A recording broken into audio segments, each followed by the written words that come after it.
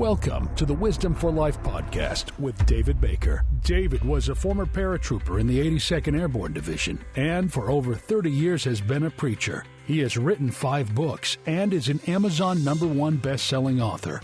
He is the chaplain at the county jail, pastors a church, and is the father of 11 children. Yes, 11. This podcast is here to give you wisdom for your family, your marriage, your children, your finances, your health, and your life. And now, the host of Wisdom of Life podcast, David Baker. Hello, welcome. David Baker, the host for the Wisdom for Life podcast. We're glad that you're here. Got an interesting, exciting episode for you.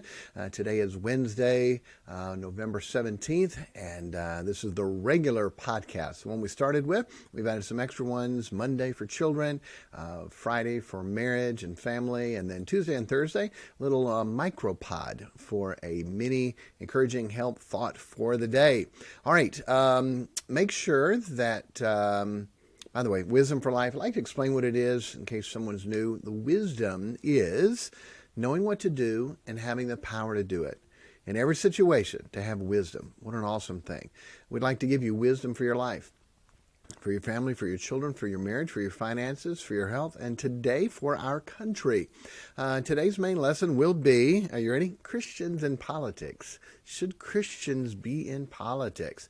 But first, we will, quote, learn you something, have a joke, tell you something we love and hate, give you a quote, and then something in Bible trivia, something that you can learn if you don't already know. So we'll look forward to that. All right, let's see. All right, so the first thing is, before that, housekeeping. If you have a question, ask Pastor Baker at gmail.com. And wherever you listen to podcasts, give us a good rating. And if you hear an episode and you say, you know what, that was helpful, that was good, would you share that? Would you go on your social media or Facebook or email or Instagram, wherever, and share that? We would love to be able to help connect with more people that need this. And on Facebook, David Mark Baker, you can follow me there. Website, Wisdom for Life Podcast. YouTube channel, Wisdom for Life Podcast. By the way, YouTube canceled my last one that I did on Wednesday on population control. They deleted it. But it is on video on Rumble, and it is still on the other podcast. All right, so to quote, learn you something, this lesson is more on politics. So we're going to have most of the theme of it being that way. So to learn you something in politics, what country do you think has the highest turnover of governments? Highest turnover. Okay, we have had one government for 200 plus years, same constitution, different parties, but voter election, it's been the, quote, same government. If the Civil War would have turned out differently, we could have had a different government and a split. We've had one government since 1776. How many do you think? Well, what country and how many? So the highest number of turnovers is Bolivia. They got their independence from Spain in 1825. Bolivia has had almost 200 governments. Almost 200. Since 1945, Italy has seen more than 50 governments and more than 20 prime ministers. India is the world's largest democracy. 700 million registered voters, pretty amazing. The system of democracy was introduced 2,500 years ago in Athens, Greece. And interesting, the youngest active system of governance, okay? So you have monarchies, they've been around for thousands of years, and democracies have been around for a few hundred years. Or anyway, longer than that. But the youngest active systems of governance is communism. Introduced in 1848 by Friedrich Engels and Karl Marx. Guess what? It doesn't work. But anyway. All right. So this is a political joke. It's a Reagan joke. So you can go look it up. Afterwards, you put in some keywords and you can find it. It's pretty simple. Reagan, of course, tells it better than I did, but it's a great joke. So Ronald Reagan said, there was a Republican giving a speech in a rural Democratic area. He stopped by a farm and wanted to talk to the people and maybe have a speech there. The farmer said, hold on, I'm going to go get Ma. How come? She ain't never seen a Republican before. Okay, so went and got Ma, and the farmer gathered the neighbors, and the Republican politician is looking for something to stand on to make him a little higher so he could give a speech. The only thing he saw was a pile of manure, so he stood on that. After the speech, the farmer said, "That's the first time I've ever heard a Republican speech." The politician said, "That's the first time I've ever given a Republican speech on a Democratic platform." So anyway, again, Reagan did it better. But you can go watch that. All right, things I love. I love veterans. Last week we had Veterans Day and some special events for that. Love veterans, men and women willing to serve their country, willing if needed to give their life for their friend, for their country, and the truths that we hold dear. I love that. I appreciate all our veterans and them serving and what they did. Things I hate. People who come to this country or live in the blessings of this country and want to tear down its foundations. I have no problem. You want to help make our country better. You want to have better laws and better rules and better country. Great. But to try to come and tear down who we are and what we are, to come here to this country and try to change it to be like the socialist, communist rat hole that some person came from and trying to destroy this great country, yeah, I hate that. I hate that. That should not be the way that it is. There's only one United States of America. And if you want another form of government, there are a lot of places you could move to be able to get that. Okay? All right. Jokes. I've been giving political jokes. I'll just give one new one this time. Oscar Ameringer said, "Politics is a gentle art of getting votes from the poor and campaign funds from the rich by promising to protect each from the other." Pretty interesting. Politics is a gentle art of getting votes from the poor and campaign funds from the rich by promising to protect each from the other. Boy, anyone that's doing that is not a good thing. Class warfare, putting one group against another group, shouldn't be that way. A rising tide lifts all ships, and we can help the country where everybody can do better. All right, so political trivia. Last time we gave you who was the disciple that it says what his nationality and race is. Okay, and that was Simon the Canaanite. Simon the Canaanite. The Canaanites, their father was Ham. Ham was the father of all the black people. Real simple, easy. No one disputes that. Ham had 4 sons: Put, Mizraim, Phut, and Canaan. Put, Mizraim, Cush, and Canaan. And Canaan was one of his sons. So Simon the Canaanite was one of the 12 apostles. So next time you look at Da Vinci's painting of the Last Supper, realize there should be a black man sitting in there. For people that say, oh yeah, we ought to segregate the races, Jesus had one of the 12, a good man. That was a black man, a Canaanite. So really good thing. So, all right. So this week we got some politicians. Who were the 2 political politicians that Jesus had to deal with at his crucifixion? Who were the 2 political politicians that Jesus had to deal with in his trial and crucifixion and everything that went into that? Okay? So there were religious leaders he had to deal with, but who were the 2 political ones that he had to deal with? So pretty simple one, but since we're on politics, I thought that would be a good one. Okay?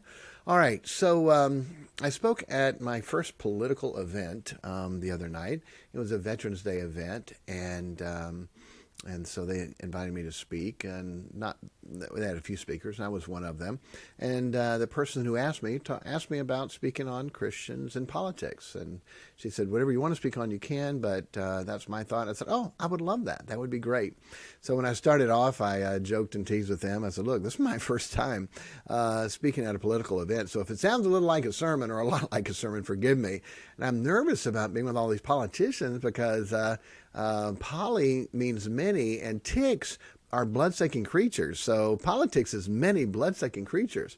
And to me, that's an old joke, but they had not heard it, and the place erupted. Then I gave a couple of my political quotes and picking on politicians also. And then I said, all right, now that I've offended all the politicians, let's see who else I can offend.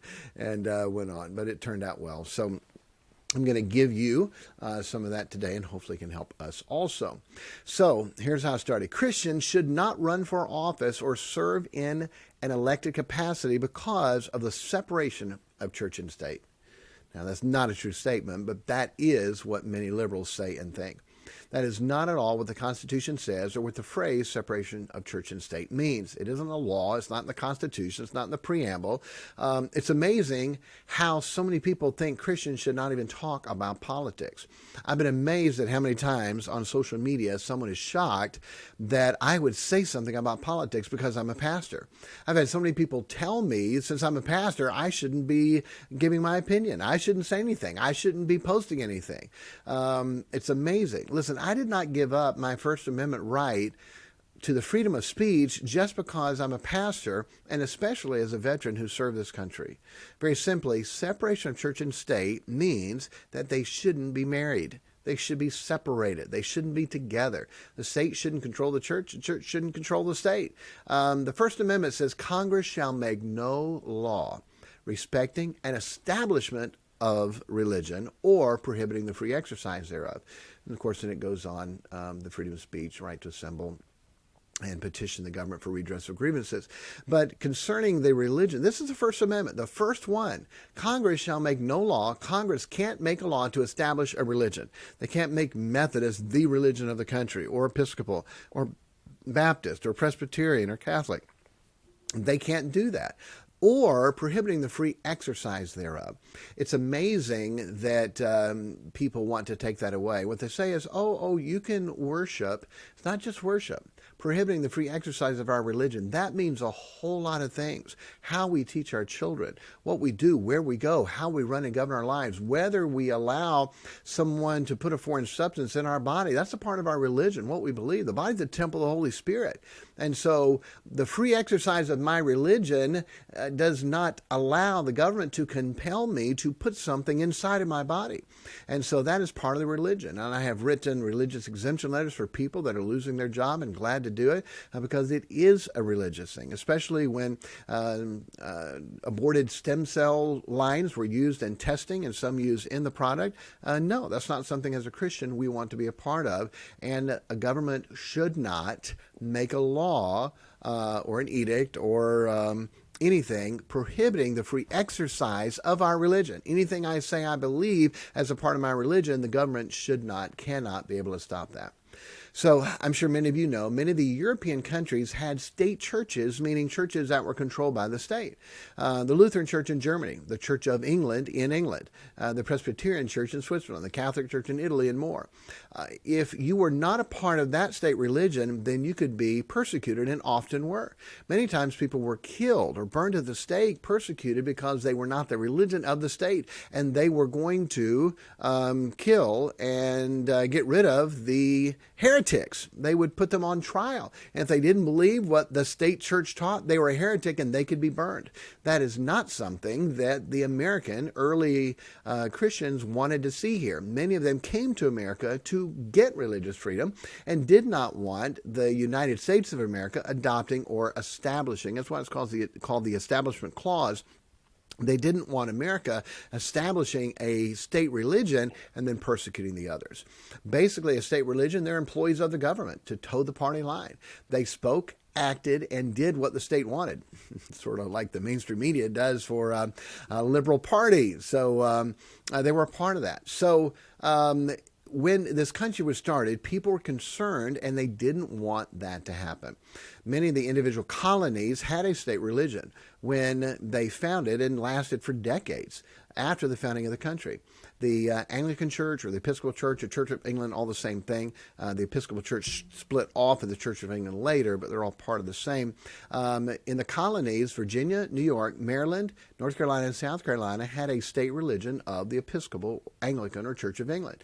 North Carolina had it until 1875. 1875, almost 100 years after the founding of the United States, the state of North Carolina still had an established state religion. And so the establishment generally meant the government would provide direct aid for the church. So you gave your tax money, and then the tax money was given to a church. Like, no, if you want to support a church, give directly to the church. You don't give it to the government, and they decide what religion gets that. That's not biblical and shouldn't be a part of our country. The Congregational Church was a state church in Massachusetts, Connecticut, New Hampshire, some Delaware, Georgia, Rhode Island did not have a state church. But by the way, Washington, D.C. has a state religion now. that religion is called insanity, okay? To believe and do what they do, they definitely must be insane. Separation of church and state just meant the new country wasn't going to have a state church, okay? Very simply. Now, what happened, of course, we know George Washington's first president. We have Thomas Jefferson. When he became president in 1801, the Danbury Baptist Association in Connecticut wrote Thomas Jefferson, and they were concerned that the religious part of the states could be, here's what they said. I'm going to read part of it. That religion, this is from the Danbury Baptist to President Thomas Jefferson, that religion is considered as the first object of legislation, meaning legislators would legislate religion. They said, and therefore what religious privileges we enjoy as a minor part of the state, we enjoy as favors granted and not as inalienable rights. Inalienable rights means rights that were given to us by God, rights that cannot be taken away from us by the government. The government should not give us the right to worship. The government shouldn't give us the right to choose our religion or to not have a religion. The government shouldn't choose that. They should be inalienable. You can't alienate them from me. You can't take them away from me, okay? That's what that means, and they were concerned about that. So they wrote Thomas Jefferson a letter. He wrote them back. And I'm going to read it. It's a little bit long, but and this is only part of it, but the main part. Believing with you that religion is a matter which lies solely between man and his God, that he owes account to none other for his faith or his worship, that the legitimate powers of government reach actions only and not opinions. I contemplate with sovereign reverence that act of the whole American people, which declared that their legislature should, quote, make no law respecting an establishment of religion or prohibiting the free exercise thereof, end quote, thus building a wall of separation between church and state. That's where the phrase came from. Simply, that's it. He said, religion is between you and your God. And Congress is not going to make any law to establish a religion or to stop your free exercise of that religion. And that will build a wall between the church and the state. The state is not going to tell the church what to do. That's what Thomas Jefferson said. It has absolutely nothing to do with Christians being involved in politics. And it was exactly the opposite of that. Many states had religion tests at the time that you had to be faithful to church and be moral and believe the tenets of that religion in order to even run for office. So it was not that at all. Thomas Jefferson had a church in the Capitol building. Thomas Jefferson, he's a deist, he didn't believe. No, he allowed and had church and went there in the Capitol. So there's a lot more to that. Christians and pastors should be involved in politics as it so greatly affects our lives. Now, one of my favorite quotes of all time is this. Edmund Burke, it's attributed to him. I'll say more about that in a minute, but here's a quote. The only thing necessary for the triumph of evil is that good men do nothing. Let me say that again. The only thing necessary for the triumph of evil is that good men do nothing. Now, fact checks say they couldn't find that Edmund Burke said it. It's been attributed to him. Some people think philosopher John Stuart Mill said that. Who knows? I don't care who said it. It's a true statement and a great statement. The only thing necessary for the triumph of evil is that good men do nothing. We must do something or evil will triumph. Look at World War II. Look at Hitler. What happened? How did that evil, how was that allowed to go on? Most Germans did not believe in what Hitler was going to do, but good men did nothing. Do you realize how close we got to losing it all this last election? If you believe politically different, that's okay, but what was talked about and what they want to do is wrong. This past election, now that the Democrats had the House and the Senate and the presidency, what they wanted to do was to add 2 new states, Washington, D.C. and Puerto Rico, to give them 4 new liberal senators, which would make it where they could pass whatever they wanted. Also, they wanted to get rid of the filibuster rule, so it would only take 51 votes to do anything. They weren't able to do these. A couple of their senators didn't go along with it. They wanted to pack the Supreme Court. Instead of 9 Supreme Court justices, they want to put 13 on there that this president could appoint, so it's so far liberal they can do anything that they want. The big losses of freedoms, Christian freedoms that we've had in this country did not come from the legislature, most of them. They came from the Supreme Court, taking the Bible out of schools, taking prayer out of schools, allowing abortion. allowing same-sex marriage, those were not laws that were passed. In fact, the opposite. Under Bill Clinton, he signed a law protecting marriage as one man and one woman. The House and Senate passed the law. President Clinton signed it, and the Sanctity of Marriage Act. And so then the Supreme Court said, no, that's unconstitutional. And so by them making that act, that now, quote, what they say is it's law. It's not law. It's a unconstitutional Supreme Court decision. The Supreme Court, the federal government as a whole has no power to do anything except what the states gave it. 10th Amendment. We're not supposed to, the federal government is not supposed to do anything with education or social. The federal government is not supposed to do anything concerning marriage. They were never given that power by the states. Anyway, a lot more to get into. But that's wrong what they did, and that's what they wanted to do. They wanted to do new states. They add new senators, pack the Supreme Court. If they did that, listen carefully, the country as we know it is over. It's over. We would not know this country anymore if they did. Now, from the time I was a kid, and I'm sure a lot longer, it's been said there are two things you don't discuss, religion and politics. Why? Those two things have the biggest impact on our life, and one of them affects our eternity. We should talk about them. There's so much in the Bible about politics and government. This podcast could go hours talking about that. The Bible and its principles would fix all the wrongs in this country. For instance, we're to pray for our leaders. 1 Timothy 2, verse 1 says, prayers and intercessions, giving thanks be made for all men. Verse 2, for kings and for all that are in authority, that we may lead a quiet and peaceable life in all godliness and honesty. What we're supposed to do so we can lead a quiet and peaceful life is to pray for those people that are in authority. Simply put, we pray for them so we can lead a quiet and peaceful life, meaning so the government will leave us alone and leave our lives alone so we can run our life as we see fit, with our families, with our children, with our finances, with our religion.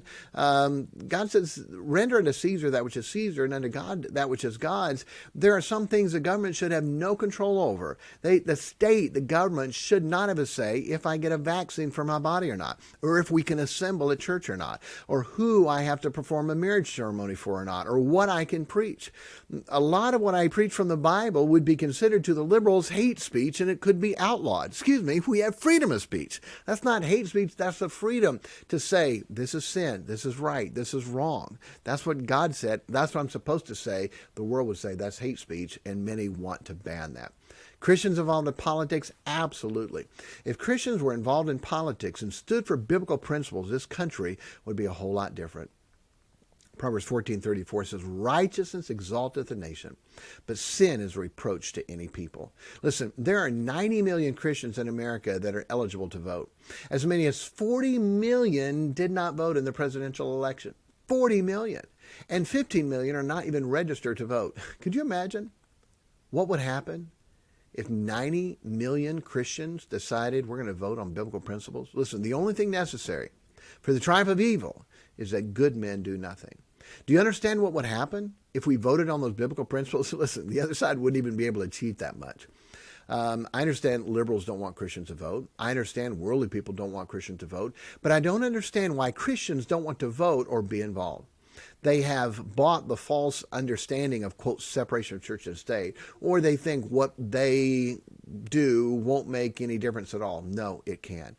The worst thing of all to me is that pastors don't think they should be involved. They don't talk about it. They don't preach it. They don't teach it. You don't have to publicly endorse a candidate. The IRS threatens to take our tax-exempt status away if we do that. But by the way, hundreds of churches every year, in defiance of the IRS, they officially do endorse a candidate, and they send that to the government hoping that they'll sue or try to take away their tax-exempt status so they can sue, take it to the Supreme Court, and prove that's unconstitutional. The IRS won't pick that up, okay? So even if you don't publicly endorse a candidate, you should be involved and preach and teach biblical principles. What are preachers supposed to do? We're to preach the Word. We're to preach the Word, especially how it applies to our lives and how it affects us to live for God. Do elections have consequences in our life? Absolutely. Every election year, I preach a series of sermons on biblical principles that elections will decide many of those outcomes. For instance, abortion. abortion. Millions, some 40 million babies have been aborted since Roe v. Wade just in America. Incredible. 2 billion babies have been aborted since Roe versus Wade in the world. America has an influence. Listen, I wouldn't vote for someone for dog catcher if they believed it was okay to kill a baby in the womb. How come? They have no morals. They have no morals at all if they believe that's okay. By the way, the Bible never says that someone is pregnant. Never. It says they are with child. I love that. With child, 25 plus times, with child, never says they're pregnant. They are with child. It is a baby. Should we preach and teach against that as pastors? Absolutely. Second Amendment, is that biblical? Is that right? Absolutely. Luke 22:36, even Jesus said, if you don't have a sword, sell your garment and go buy one. Okay? Absolutely. Homosexuality, is that biblical? Absolutely. God said if a man lie with a man like he lies with a woman, he shall be put to death. That's what God said. It's a sin, and God's against it. Now, I love everyone and try to help everyone. If people are hurting or confused or struggling with same-sex attraction, I love them, and I have helped them and will help them. We're going to do one podcast. I've got a guest to bring on to talk about that, truly to help people in that. But pushing homosexuality in our schools, in our grade schools, in our school libraries, teaching them how to do certain acts, literally in books that are in our school libraries, pushing transgenderism, giving kids hormones to stop their development, transgender restrooms and locker rooms and prisons, absolutely is wrong. They're pushing that. They're teaching that. They're talking about that. One young lady I heard about the other day, 17 out of 19 girls in her after-school group were lesbians. 17 out of 19. Is that natural? Or has somebody been pushing that? Has someone been encouraging that? Okay? It is wrong, and it is not for schools, government, to be able to push that. Should we preach and teach that? Absolutely.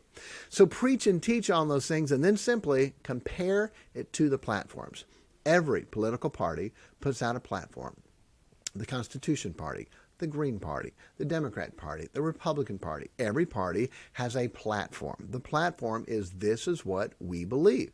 They craft it in their committees and they print it and put it out. And it's in topic. So, all right, here's what this one believes about abortion. Here's what this one believes. Here's what this one believes. Okay, next. Here's what this one believes about the Second Amendment. Here's what this one believes. Here's what this one believes. Next. Here's what this one believes about homosexuality. This one, it's very simple. Very simple, logical. No party is perfect, no person is perfect, but we should take, here's what God says, now find a party that believes like that.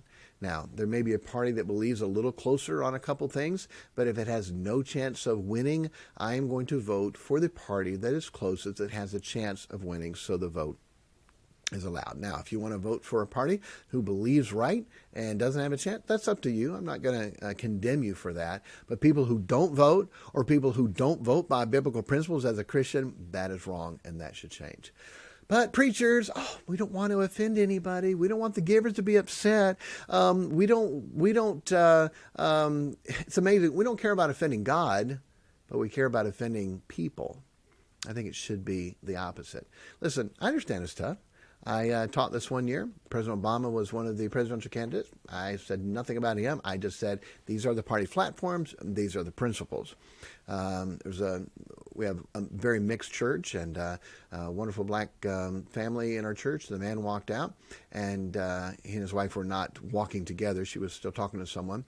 And he walked out and said, thank you. Thank you. Gave me a thumbs up and shook my hand and nodded.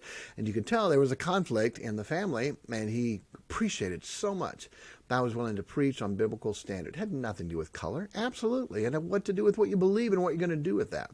The lady wasn't as friendly and didn't really say much when she left. And that was their last week in church. They left. They left.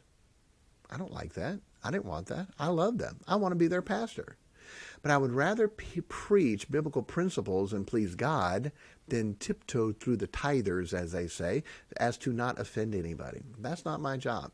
If my position offends you, I can't do anything about that. Now, if my attitude or that offends you, okay, I can work on that, but my position, what I believe, if that offends you, I'm sorry.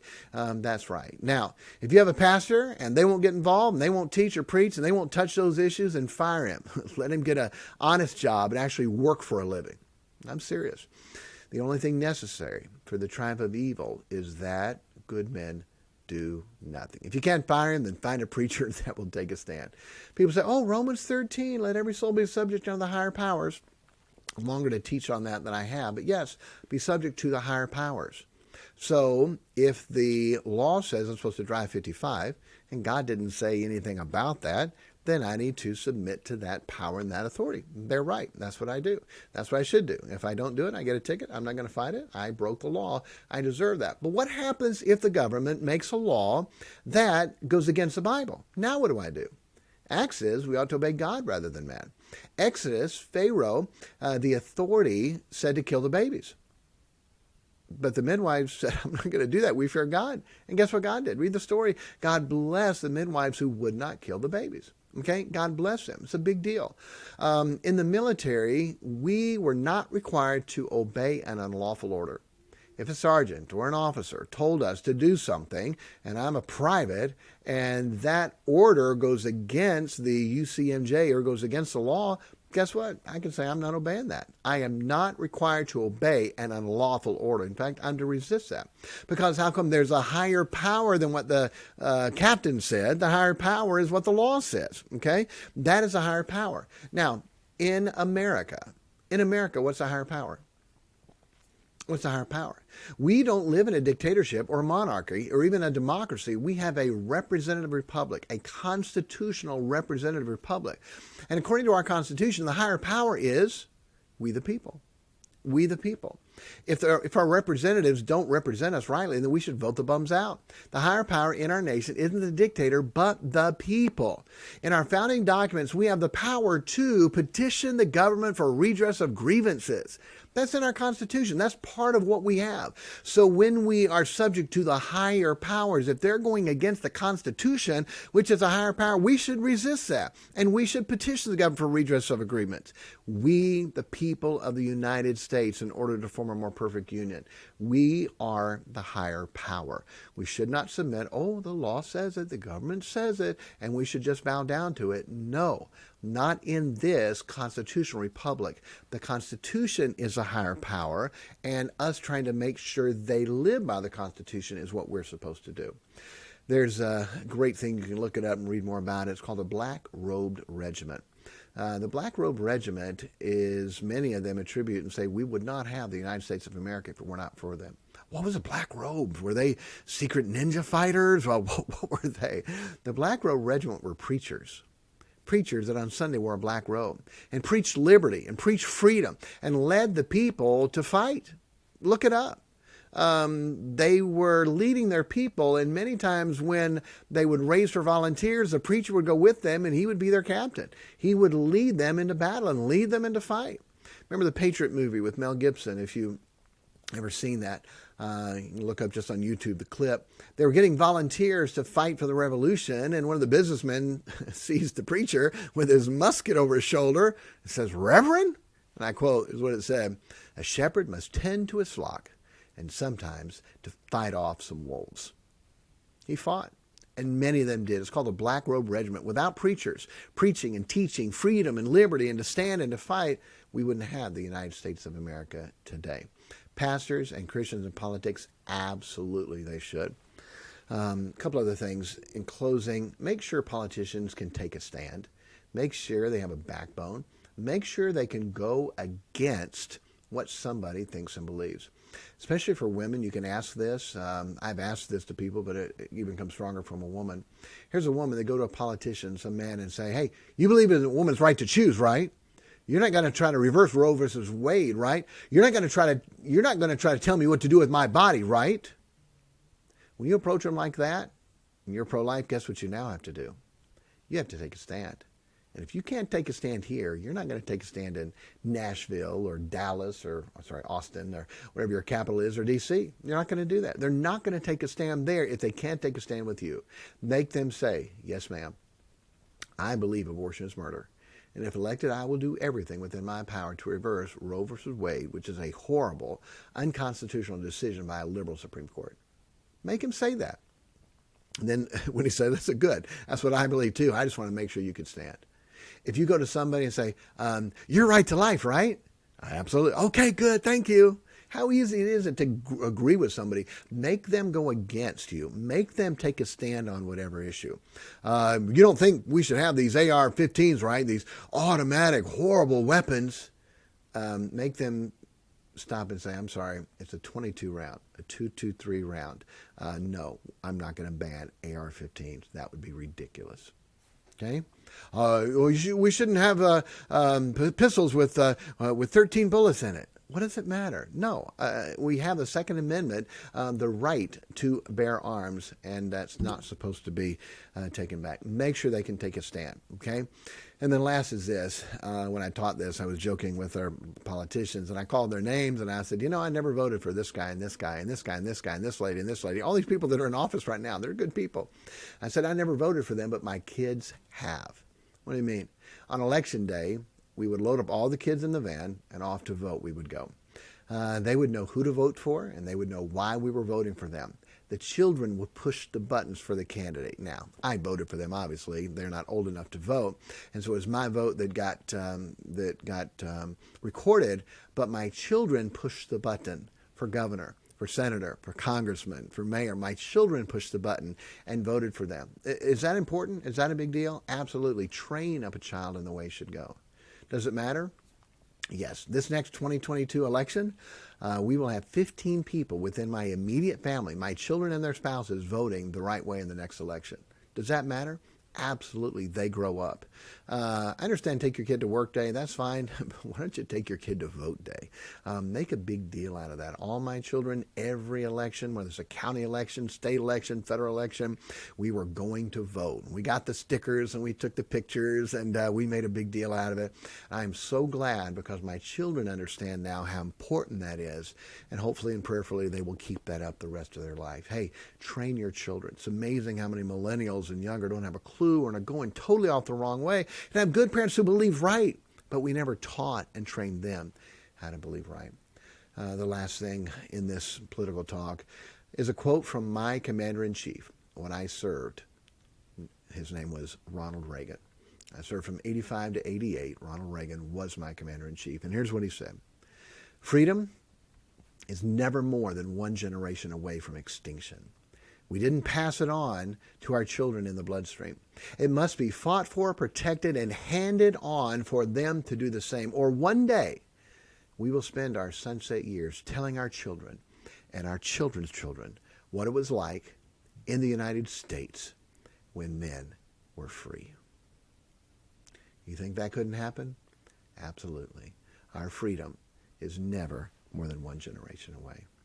Hey, be kind to everybody, because everyone's having a tough time, and get wisdom. Get wisdom for your life so we can have wisdom for our country and have a great country of freedom to live in for our children and grandchildren.